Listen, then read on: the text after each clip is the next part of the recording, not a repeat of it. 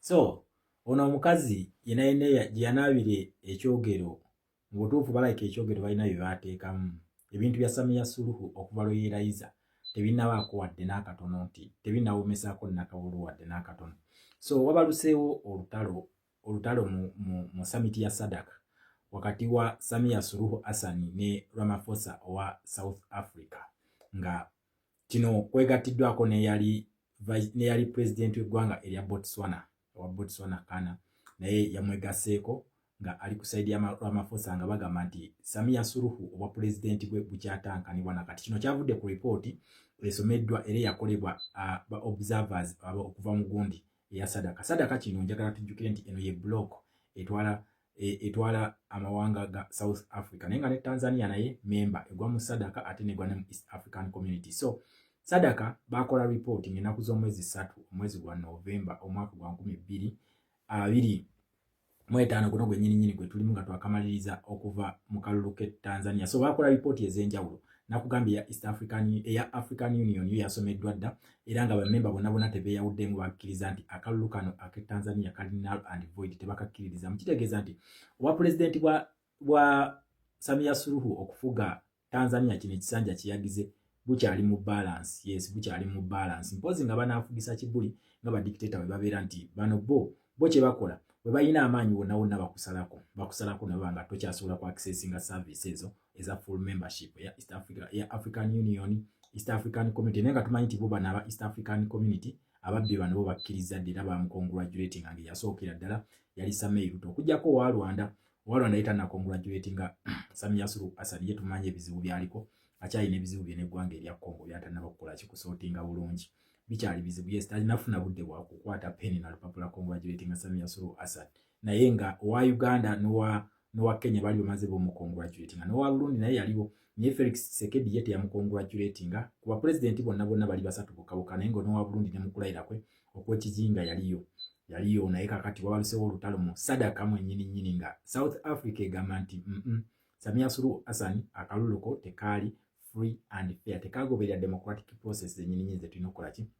ezirina okugoberwa okulaba nga bakola ki okulaba nga akalulu kano kamiitinga democratic avenues ennyini kino era njagala ojjukire nti Samia Suluhu Hassan yasiba omusajja gwe bayita Tundu Lissu nga nakati akyali mu kkomera era ng'ennaku ntono nnyo emabega bakutte ne deputy we deputy president bamukutte mu ggwanga erya Tanzania era emisango gye bamutaddeko gya terrorism. Naye nga bino ebintu bino tobyewuunya nnyo ezine mu Uganda wanene mukyaba bwe bamala akalulu ngamaze okutta bannansi 18-19 era wano yavaayo n'agamba nti ebyo byonna bivunaanyizibwa ku opposition only nti ye yali smart nnyo nti ye teyakwata ate opposition kubateekako misango gya 18-19 naye ate Suluhu simanyi ani amubalira akazannyo kano okitegeera simanyi ani amubalira akazannyo kano ye sinnamutegeera naye nga wabanga wawano ye butiipu bwamuggwako dda bwali mukumbalira kuba kati bonna buli kyayogera kimwokesa bwokesa Samia Suluhu Hassan kimwokya bwokya kati akutte ono deputy president wa Tundu Lissu amaze omukwata wa opposition wa kibiina kya Chadema kati omutadde mu kkomera omulanze terrorism naye ate nga gwe kennyini waliwo videos ezifuluma buli lunaku zongera okusaturatinga ku social media handles ez'enjawulo n'okufuna rejection okuva mu mawanga ag'enjawulo gonna n'eziblock ennene ezikwasibwako ku nsonga ya demokrasiya okuwa legitimacy akyalwana na legitimacy naye agezaako nnyo okufuka ekintu kino akifumba akiteeke ku Chadema nti no yakola ki ye yabikola gyoli Chadema yeetegeka akalulu mu ggwanga erya Tanzania. So ye yakikola ekintu kino ng'akimanyi nti ajja kuyitawo nga wawana amugambe nti bikola ejja kuyitawo bulungi nnyo nga tokera ki with ease. So kasita onafuna legitimacy wanene mu mawanga ga Africa wano ne African Union nja kukola kyonna ekisoboka okulaba nti ofuna legitimacy of which yamuwa byoya byanswa. Samia Suluhu amala okukola byonna emivuyo ng'amanyi nti kati ekintu kyalindiridde legitimacy. Njagala ojjukire nti Samia Suluhu yagenda ne mu ggwanga erya Djibouti era mugenda mu Djibouti nali manyi nti at least bakkanyiza noono president kuba njagala ojjukire nti America esula mu Djibouti era be bakulya African Union wava mu ggwanga erya Djibouti yajja n'akola ki ne yeerayiza. So nali ndowooza nti awo okujja okwerayiza ng'avudde Djibouti African Union yo yakumuwa recognition ate African Union kasiteekwa kitegeeza n'Amerika ejja kuwabula yali yakamala okwerayiza tujjukira eggwanga lya United States of America nga lirangirira okugamba nti no Samia Suluhu okulondebwako kwa matankanira ng'empale ez'aba7 okitegeera ekintu kino. So tuddako okulaba European Union Parliament ng'etula strictly ekyagituuza kyali kyokwogera ku nsonga z'e Tanzania era baavaayo n'ekiwandiiko ekirumu joint agreement nga bagamba nti no akalulu ke Tanzania tekabadde free and fair eyo si democratic avenue si democratic process wetu weyina okutambula so era obwa president bwa Samia Suluhu bagana obulegitimizinga so olwo ne tuba nga tulindiridde block ezakukwano ku lukalalo lw'omuddugavu okuli enene ennyo ya African Union yo yatuula nayo negamba nti Samia Suluhu Hassan nedda tetugenda kukwatagana naawe oba president we tetubukkiriza engeri gyewalondeddwamu yabadde y'amatenkane nnyo tosobola kuba nti otula ku lugundi ya African Union era Samia Suluhu Hassan tusuubire nti Samia Suluhu Hassan ku luno abatiitiizi ba African Union tebagenda kukoma kwogera bwogezi ekisanja kya Samia Suluhu Hassan bwe kiggweerako ebbanga lye we liggweerako tusuubira nti Tanzania erina okuluzinga ekifo kyayo oba president wayo alina okuluzinga ekifo ku African Union Tanzania weetuula unless nga bazzeemu ebintu bino nabikola bipya so olabugale kino ekibiina kino ekyekyadema kikyalina opportunities nyingi ekyokusobola okusuula Samia Suluhu Hassan nga ekisanja kino tekinnagwako unlike wanene waffe Uganda tife wane waffe Uganda twamuwaligitimasse twamulicognizinga n'abeera president izo nga kife twasalawo ne tugenda mu opposition essaawa eno Samia Suluhu Hassan talina opposition tagirina of which mu democracy olina okubeera ne side bbiri so simanyi ngeri gy'abalamu bintu bino okutuuka kumulabisa ku bwekiri bwe kigize so African Union emala okumurejectinga tubadde tulinda sadaka ripooti yakolebwa ng'ennaku z'omwezi 3 mu kugambye nti eno ye yasomeddwa era Ramaphosa naye yaleese ekiteeso kyekimu nti Samia Suluhu Hassan naye yandiluzinga ekifo kye kuki ayinza okuluzinga ekifo kye essaawa yonna ku sadaka okitegera nakugamba nti ebintu bino osobola obbikola mu nsi yo osobola obbikola yes osobola obbikola naye consequences zino ziba nzibu nnyo abamu muyinza okuziraba bwogezi omanyi abasinga mu kubeera nnyo mu comment section nga twagala action ffe twakowa ebigambo bakwano action ezo ze mwagala kyangu nnyo kuba kiggwa omuntu omu n'akulwanyisa n'akuwangula naye zino bino ebintu bye bakukola bisobola okutugabekabeka noweetuga n'ogweri gwe nnyini noweeteekamu omugwa noweetuga just byebakukola kati essaawa eno rejection yokka gundi olwamaze okusoma report we bati ekitebe gundi ya sadaka eyo summit ya sadaka yakyankalaniddewo okitegeera yakyankalaniddewo Ramaphosa nga bayisinganya ebigambo bingi nnyo ne Samia Suluhu Hassan oliteno ono yali former president w'eggwanga erya Botswana former president w'eggwanga erya Botswana yakiikirira Botswana ku gundi ku African Union ate era yagikiikirira neno mu sadaka so wabaddewo olutalo lw'amaanyi nnyo nga bakola ki nga bayisinganya ebigambo ne Samia Suluhu Hassan okitegeera ekintu ekyo so kati abadde president omukazi omusirise alina kwewozaako alina kakasa abantu nga wali president era nga we yalondebwa nga ekibiina kye Chadema kye kyaleeta bino ebyo utabanko bonna obwaliyo so n'oba nga weeswaza n'otuuka ku mbeera eyo ng'ofa kijasti kantu katono nnyo we kati utantebe n'ogenda n'okola ebibyo ng'owulira nti nze simanyi kintu kiri mu kifo ekyo kyekituufu naye waayi olaba omuntu abeera na chairman wa ku kyalo naye ng'okuwaayo sitampu y'ekyalo ne muluma n'ogwa waggulu omuntu okuba wa sitampu muyinza n'okuluma ogwa waggulu ng'alemedde sitampu mugaba mukulu tuwe sitampu y'ekyalo omusajja n'alemera ku sitampu n'agaasijja kugibagwa sibawa sitampu so kati ate ono nga yasalirawo eggwanga lyonna budget zonna zituukira ku ye yasayiningako diiru z'ensi yonna anyway naye tosobola kumunenya naye nga entebe ekuluna agisitamye mubyo alabika tagisitamyemu busitamye agikunaamirizaako bukunaamiriza yes Samia Suluhu Hassan entebe agikunaamirizaako bukunaamiriza era Chadema eno senga esinziira bulungi nnyo mu policy zaayo ne strategy ng'erina strategy ennungi Chadema twandigirabako ng'ewangula obukulembeze bw'eggwanga erya Tanzania olw'ensonga nti kati ono byasiba bikutuka byagezaako okuwaayiriza tebikyakola okitegeera tebikyakola rejection efuuse rejection okitegeera abuliddwayo ensi erina legitimacy gye babala nti no it is a big democrat at least nga yo oba president wayo tebunyenyanyenye okumuwa recognition akyagibuliddwa kyekituufu ate bwe bakuweebwa bakola joint statements wegityo nakugamba nti ensi esobola okugibwako trade ebintu bino temumanyi mumwagala biritanje bobokka naye ekintu kino bayinza okikukola ekyo ne bakuggyako trade eyo giraba ensi esobola okudda mu gundi esobola okugenda mu matanga nga toyingiza foreign aid nga togiyingiza ne bakusalako byonna osobola okubeera n'ebirime zino ensi zowakolanga nazo zewasitunanga ebyokola laba just Uganda bagigoba bugobi mwagowa wano olaba ebizibu ebiriwo kati abasuubuzi emisolo giringa misolo babaleetedde zi iflizi kati ne mobile money naye bagitaddeko omusolo omulala Munnayuganda tulwane nga tulaba nti ebintu biteera naye bwe tulaga tugenda kufa mobile money bagigasseeko omusolo omulala bakusala ne gavumenti era neddamu nayo era neyo kusala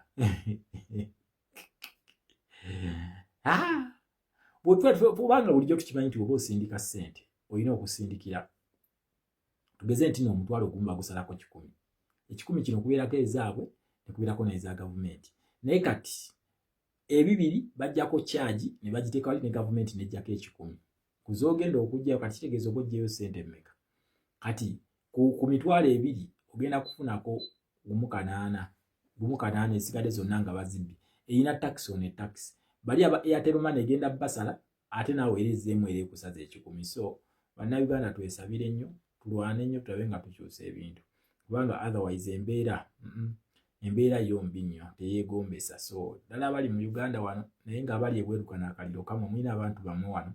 bemusindikira ssente naye embeera yeetabuse kati gavumenti etusala emisolo ebiri message kangibateere wano gavumenti esala emisolo ebiri ekusala omusolo ku musolo oba ojjako emitwalo 2 Airtel Money ekutema ssente ezo za Airtel Money kuliko omusolo ate era ne gavumenti era neddamu neekusala so awe tutuuse okitegeera ekintu ekyo naye tulwane nnyo tulabe ng'ebintu bikyuka naye nga Tanzania yo embeera si nnungi wadde n'akatono ono omukyala bano badictator bagenda kuyiga essomo ku luno nti eno weevu eno eyajja eno ey'okusula badictator tebagenda kugiwona nabagamba eno weevu eno etunuulidde nnyo badictator bano bana ensonga lwaki ne mu ICC bonna gye bali okitegeera ebatunuulidde nnyo naye ate bano ate yo magnitude yaabwe ekuzeemu wa strategy gye bakozesezza ku ono kati Museveni yali amanyi nti strategy gye bamukozesaako yennyini gye bagenda okukozesa ku Samia Suluhu kyovula bamuwa tactics zezimu zennyini zeyakozesa wano teyakyusaamu kumbe wali bamutegudde pesa bamulaze pesa ine ey'obutagenda mu kalulu okitegeera bamutega pesa ya butagenda mu kalulu ate waneno twakagendamu nga twagala mujjako legitimacy kakati ndowooza ekibiina kino ne ba advisors baakyo ba dictator balowooza nti no ne wali baagala bajjako legitimacy kwe kuba abantu najjako internet n'akola buli kimu buli kasasiro yenna gwe yakola kumbe kamera zaali already ziri mu place maybe ono yakimukola ng'akimanyi tayagala kugenda yekka nga mu ICC yayagala kyaliwe gwananyumyangako naye nga babasibye okitegeera nagawo waayi Samia Suluhu ne Samia Ruto musooke mujje waneno tusooke tukole ki tulabe engeri gye tugendamu ffenna mu ICC nze sifa nzekka okitegeera maybe naye nga Samia Suluhu yakozesa obusiru bwali bwa kitalo nnyo okulaba nga akyanga akalulu kano ak'e Tanzania at least yandibaddeko little bit smarter naye n'okola ekintu olabye ebitundu ebisinga tebironze tebaddeyo kalulu ate gwe n'olaga nti nze nalonze era mpangudde ne 98% ebyo ebintu bitasoboka just byakyana kitukola kusiriwaza abantu naye nga kyenkusobola okutegeeza nti twongere okusabira abantu ba Chadema kubanga nabo baggwera mu makomero oyinza okulowooza nti mu Uganda eno yonna kituuka kumwe mwekka aba National Unity Platform naye nga n'ekibiina kya Chadema nabo babasiba buli lunaku nga abalanga bwa terrorism naye nga ebyo tubimanyi kati amuyambako kumuwa popularity omanyi we wali ekizibu nti omuntu osobola omukubira akalango indirectly so ono ali mukubira bali kalango indirectly okitegeera nono lwati we yapromoting abawana abasiba mu makomero abakolaki you are indirectly promoting that is a promotion kubanga at the end of the day tolina kyogenda kumukola tolina kyajjezika kasa nti noyakolaki tiyabikola ensi yonna nange ekulaba justice has to be seen as it is practiced only that nti bano badictator bagezaako kukola ekintu n'ateekawo ekintu gino emisango gyennyini njagala mujjukire n'egya Uganda we gyatandikawo giri kuba nuupu batandika na butujju babanza okumuteekako obutujju bamutaddeko ogw'emmundu ajja kkirira agidizerovinga mpola paka kati tuli kujja sweta so n'oli naye speed gyaliko n'owala wano yagiriko so twali tulabye abanene ebinyemengalo naye nga kyenyongera okugamba nti twandigenda mu gundi twandira ku gundi yennyini bulijjo gye tutuutako fundamental change the African liberation from dictatorship eraika yesimbudde nga eno ekuliddwamu omutwe bajjenzizi ne bamillennials kubanga bonna be bali bafuuse ekizibu only that bamisinga ekintu kimu olina okufuna omuntu revolutionary leader omuntu agenda okubakulembera ng'ali so smarter than never before naye munaafuna omuntu ng'ali awo bwatyo nga tali smart sirowooza nti ajja kuba batuusa kuguna naye mulina okufuna omuntu ng'empiki zinaazibala kubanga tubalabyeko tusabeko ezize zifuna abantu nga bali revolutionary leaders bwe bati tunulye wanene ya Madagascar waayo yali atya ng'atabitegeera nako abaana ne basituka ne bateekawo embeera yonna naye olwokubanga nti yatereza zino policies kuzikyanga kuziteeka mu right positioning yazo yakola ki kyabalema then we tujja ne tutunulya wano wa Mozambique ono Chapo Mandaleni naye ebintu twamulaba nti byatuuka ne biva mu control nga abaana bataddewo embeera okumala omwezi gumu ne weeks 2 nga bali ku street bataddewo embeera era still ku last kyakola ki kyatuuka ne kimulemerera ekintu ne kikola ki ne kiyiika okitegeera kati wetujja netunulya ono wa Cameroon Issa Bakari naye yakoze ekintu kyekimu okitegeera yakoze ekintu kyekimu nga bali banne kye bakola teyakutte mu poliisi zino nti ng'ate poliisi zino zezisobola okukola ki zezisobola okubataasa so katusuubire nti Tanzania wano Tundu Lissu agenda kwegatta ku mugendo oguli mu kukyusa ba dictators abana okubanga abeera smart and bold kuba kati ebyetaagisa wano bibeera buvumu embeera gye baddamu gwe Uganda gwagimanyi kubanga gwe ogiyiseemu ogirabye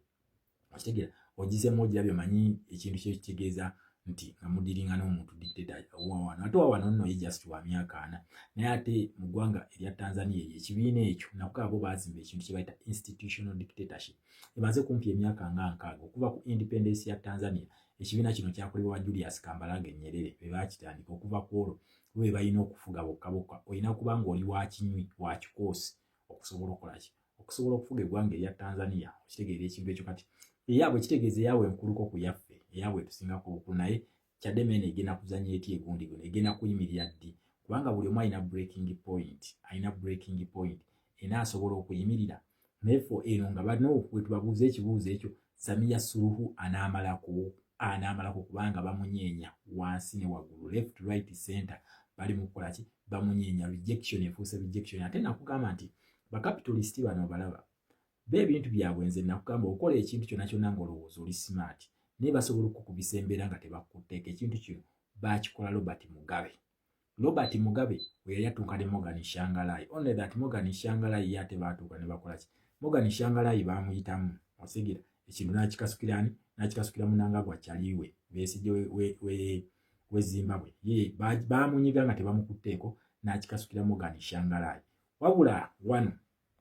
mu ggwanga erya Uganda bagezezzaako nnyo kyanga emizannyo ezo beezuukusa ne bavaayo eri gye baali baafiira beesibyeko mu makomera abeewadde amawulire bakoze eki nga Munnayuganda amugamba fe tulina revolution leader waffe tumulina Kyagulanyi with him or not with him kati bo bafiiridde nnyo mu buzannyo bwabwe so Bannayuganda ano babagezezzaako nnyo okubeera smart mu revolution yaabwe both the locals and the executive wing oba bano baleaders beno revolution eya Uganda unlike other parties so kati tusooke tusabire bannaffe ab'e Tanzania opposition yaabwe Chadema okulaba nga nabo bakola ki batuuka mu nsi ensuubiza buli omu kye yeetaaga buli omu yeetaaga ensi nga buli omu asobola okufuga nga asobola okupracticinga democracy nga takoze ki nga takubiddwa ku nsolobotto okitegera munnansi nojja n'olonda akalulu ne kaweebwa amakulu si bineno byakugira n'olagira bulagizi ono yalonda terigenda mu kooti temukola ki ebyo biri e Tanzania ate Tanzania eno waliyo n'akamanyiiro kibabuulira Tanzania eno balina akamanyiiro nti bo constitution yaabwe bagamba oba bakubbye oba tebakubbye akalulu tebakachallenginga ogundi electoral management committee yaabwe it is final their word is final you either agree or you wait that is it kwekasitogera mbu ochallenginga akalulu ebeera treason naye ate bali ababiri tebachallenginga nga akalulu ono yabagamba reforms bwe zitakolebwa tetugenda genda mu kalulu tebachallenginga byava mu kulonda kati ono Suluhu yagezaako nnyo bateekako nti constitution yaffe egamba bweti mumukwate mumuteekeyo byaliko anoonyako agezaako kukakasa nsi kulaga legitimacy nti ye president omanyi bane eno bakugamba nti omwana omuto omuntu ayinza okukuba obusungu n'ogenda n'obumalira ku mwana olw'okubanga omwana tasobola kukola ki tasobola kukuddiza so kati Samia Suluhu Hassan kyaliko buli wafuna rejection ng'akwatayo omuntu ng'amusiba buli wafuna rejection ng'afuna kyeyekwasa nti abantu baforeigners be balagire okwekalakasa kwa wano bano tebaali bannansi ba Tanzania naye ng'ate abannansi ba Tanzania n'obutambi we buli abukola ki nga bulabibwa kati yeekwasa binene byali ku border points mu abantu abajja wano eno baali bannakenya manyi bano badictator baagala nnyo okuzannyira ku mitwe gy'abantu kyekizibu kyabwe kati Suluhu Hassan kyalowooza mbu agenda kuzannyira ku kikuba nnansi n'eggwanga lyonna lyonna abazannyire ku mitwe akwata banne waabasibe ne waabuzaabuza nti okwekalakaasa kwali kwa Kenya ate gwe tukusibye gwa terrorism gwe tukusibye gwa butujju kati n'ogamba kikyafa akakasa ki okitegeera ekintu kino bannange abantu bekikwatako abakulembeze mulekerawo emirulu bannange emirulu mibi bwe n'otuuka ekiseera ng'olina rejection tolina ngeri kijjo kyakiddukamu wena weeswazizza naye ng'ogamba okyafuga eggwanga eyo so tweddeko bannange nga tulwanira ebintu bino tulwane naye tutegere poliisi eno ekola etya senga poliisi nakugamba obeera w'amaanyi awo mu sisitimu yo naye senga ogwa ku opposition ng'etegeera poliisi eno nkiddamu senga Katonda akuvaamu n'ogwa ku Kyagulanyi w'ensi yo abajja kukunyiga abajja kukunywesa amazzi onoonye ekifaananyi onoonye legitimacy ejja kubula buuzo wa wano aginoonyeza emyaka 5 just kufuna kafaananyi Serefi na Kyagulanyi Serefi egaanye okusobola okufuna legitimacy okubalaga nti atwogera bino byakolanga mu iPod mukitegera egaanye so oyinza okukola byonna byokola nabagamba poliisi zino muziraba tezikwata muntu nga mwe mukyagala nojja naye begira zo teziriactingirawo it is a slow process kubanga batunulya oli gwe baagala okujjako ne batunulya naye gwe baagala okuleeta mweyisa mutya embeera yammwe bagisomera awo osobola okontaininga obusungu even when you disagree with someone weeyisa otya naye kati mwemulagira ddala temulina patience wadde omuntu akola ekibi nawe olina kumuddiza kibi eno poliisi ebo bakusoma mpola nga bakusoma paka wootuuka ku kintu kyokolaki ku kintu kyoyagala. So tusabire bannaffe aba Tanzania kubanga tubalaba nti nabo wadde embeera ekyali mbi nnyo mu Tanzania naye nga bo at least tubalaba basembera buli lunaku. Samia Suluhu afunye total rejection. So kitegeeza nti economy ya Tanzania eri mu miriro, trade z'abadde akozesa muliro, okitegeera summit z'abadde atuulangamu ezagundi muliro, kati ensi egenda kubeera isolated ngeri awo. Kitegeeza ki oba okkirira mu kintu kye bayita economic crash, economy ye egenda kugwa, okitegeera ekintu kino. So kyoba okola kimu subscribinga, teekako notification button tufune ebintu bino ne latest update of kuva mu global politics for God and my country Uganda.